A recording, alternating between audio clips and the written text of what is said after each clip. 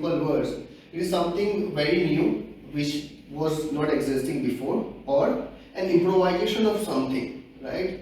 You can develop, like for example, you're working on a die, right? And now you are improvising that die. Maybe you are making it cost efficient, maybe you are making it more accessible. All those things comes under innovation, right? When the Alexander Graham Bell invented the phone, it was an innovation. But when I think the Motorola guy, I don't remember his name, but he invented the mobile phone, right? From the telephone to the mobile phone. It's also an invention. And now we are moving to the smartphone, right? So these are all perpetual innovation based on one single thing. Now, Alexander Graham Bell came up with something totally new stuff, right? And these guys build upon that. So whenever you are building your own things as well, right? A lot of people in the early days, beginning days, focus so much on very innovative new thing that they forget about the perpetual innovation stuff, right? You can build upon somebody else's shoulder as well. So always try to look ahead of somebody's, when you are standing up on somebody's shoulder, you can always look ahead, right? So always do those things. Don't try to reinvent the wheels. Right? Otherwise, it's never going to happen. You are not going to build something great if you keep reinventing the wheels. Right now, these guys are here because today, everything we do, some or the other way, the contribution of these guys is in our life. Right?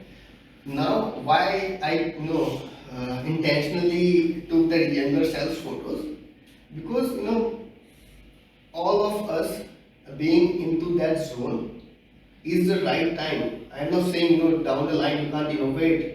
There are a few examples like KFC's founder, right? He was a late boomer.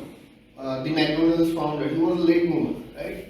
So those things can also happen, but this is exactly the right time to start. When we are around this age, and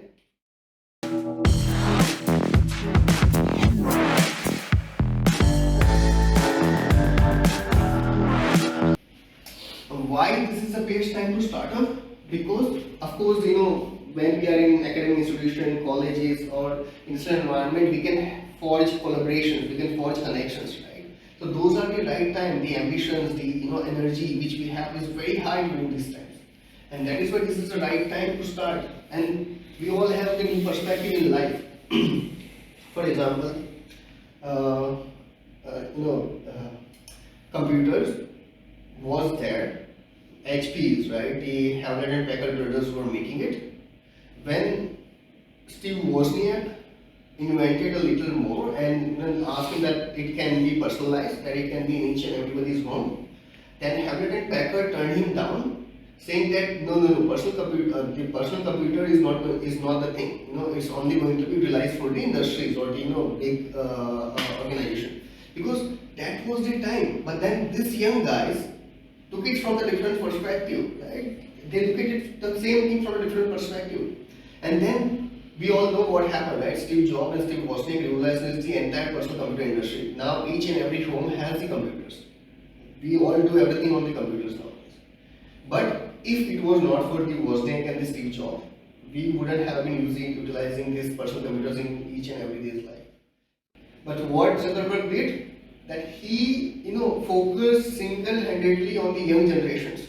So whenever you are building a startup as well, you need to pinpoint your audience, at for whom you are building, right? For example, if you are targeting the textile industry, then in textile industry as well, there are different categories and different domains, lower end, mid end, high end, one particular dye, cost, all those different categories you have to focus on. Then you need to pinpoint at one single customer for which you are going to build. There is a saying in the startup world that if you try to do everything for everyone, you will end up doing nothing for anyone. Right? And these are the mistakes young innovators always make. I did myself as well. When you try to mix everything for everyone, nobody is going to remember it. Do one thing so much better that people will need that one thing from you. So always focus when you are building a nutraceutical product or diet. Try to pinpoint for whom you are going to make. The target audience is very important. It takes a good amount of time to identify the target audience. For example, people generally get product market fit during their Series B rounds. So when you are building a startup, you generally get investment seed stage, right? Pre-seed stage, seed stage, pre-series A, series A, and then series B. Series B is generally a growth stage funding, which is occurs in thousands of crores. By the time you figure out what your target audience is, then after you can scale.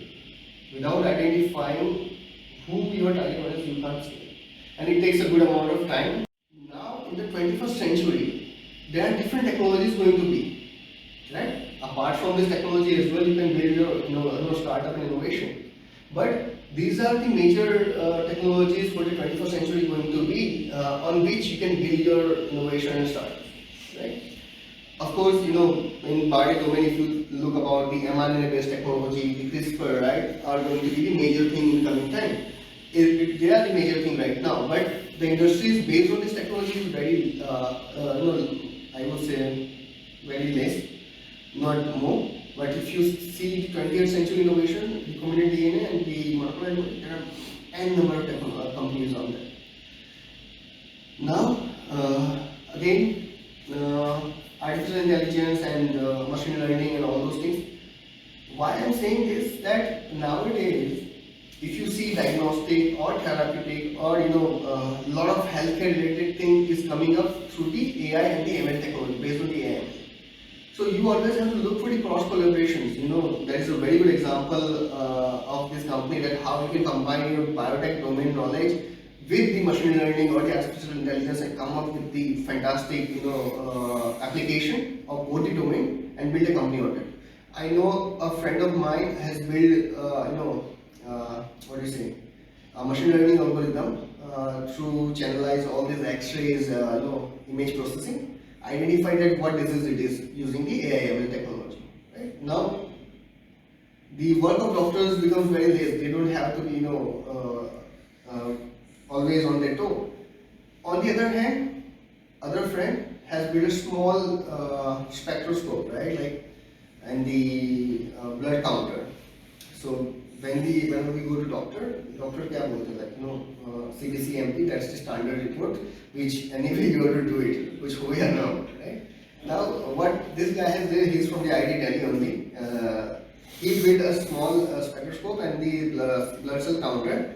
The doctor can prick himself, right? And automatically the blood counting and the report will be happening right there. Right? It saves time, energy, money, everything, right? The patient, if he is in need, things happen much faster. So this is the example of how you can cross collaborate, electronics domain knowledge with bio domain knowledge, artificial intelligence domain knowledge with bio domain knowledge. Always try to look for this cross collaboration. You can do wonders with this thing, and you will see, lot of new companies coming in right now. They are the combination of these two different domains only. And if you are building a company, you are anyway going to require the multiple knowledges and multiple technologies to build it, right?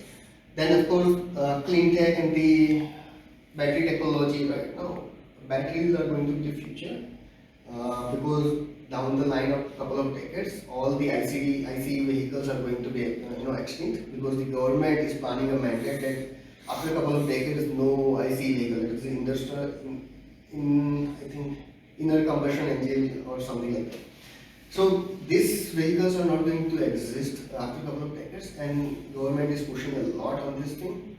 So now battery, probably lithium-ion battery is what we utilize, right? But then you can combine your bio domain knowledge, chemical domain knowledge, comes up with some new kind of formula. There is a startup, I think. This is kind of new innovation are happening, and we are the people who have to come up with. You just have to look for the connection.